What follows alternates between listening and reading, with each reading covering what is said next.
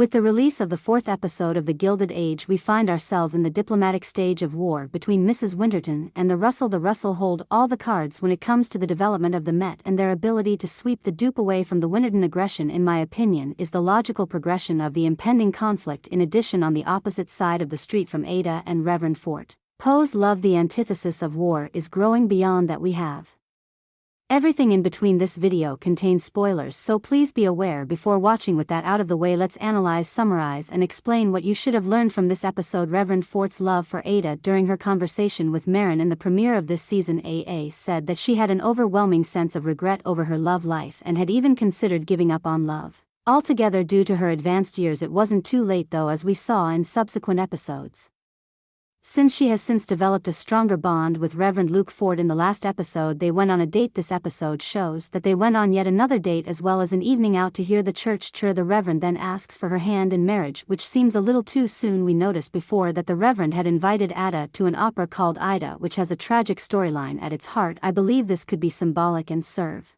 as a metaphor for their future relationship.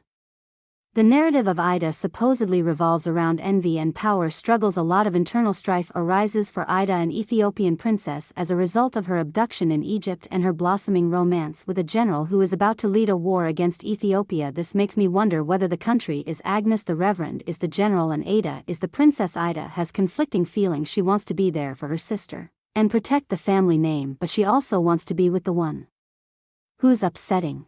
Will finally decide to stay with Reverend Fort despite the tension it causes between her and her sister. While Stato was out on a date, the show focused mostly on A's dining by herself. Something about her earlier statement to Ada, "It would be a terrible return if you abandoned me now after all of these years," made me feel bad for her, but I also understood why she was feeling that way. This demonstrates that she intends to use all the tricks in her book to get her sister to stay by her side and feel bad about leaving the house. Therefore it will be fascinating to watch how that story progresses. Astute schemes hatched by the Russell and their downfall. Although the Russell appear to be making progress toward their desired goal, I believe they are actually in a very precarious position. For instance, the Med's construction is continuing despite a temporary halt in progress caused by insufficient funds. Bertha also succeeded in having the Duke visit her home, but I believe there are more pressing and harmful matters to consider. For instance, there's George, who's fighting both the union and his employees. This conflict seems like it might lead to terrible consequences, particularly when George is worried that his employees may arm themselves. I fear the strikes could be fatal given their statement at the end of last week's program about being prepared to die for their cause. On top of that, Larry and Mrs. Plain's affair is getting a lot of attention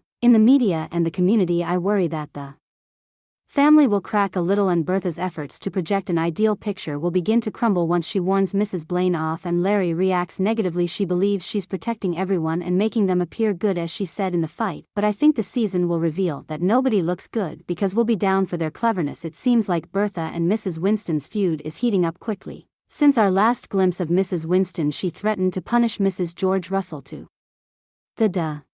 And Marin says things like, "He didn't have to go with me and I didn't need him to dare me off at school," so I can only assume that she is beginning to feel overwhelmed. I believe the groundwork for this relationship and its possible breakup has been set, and we will witness more as the episodes progress. After seeing the entire episode 1, still think it was good. It was logically subsequent to the prior one and advanced the plot accordingly. I am thoroughly appreciating the Russells' ability to stay focused, plot, and manipulate everyone around them to achieve their goals. Another aspect of the plot that I'm thoroughly enjoying following is the triangle formed by Agnes and Reverend Fort. Disruption is bound to occur there. In my opinion, I felt like a bee perched on the flowers, simply observing everything unfold, because the performances in this episode were so realistic. It went by fast because it felt authentic, true, and established. I must admit there is an intriguing aspect to this program. The era is probably the deciding factor, even though it's really different from this. I really the show 1883. I have a thing for period pieces, especially those that take place in the United States rather than the United Kingdom. Simply put, I find it all to be somewhat more intriguing.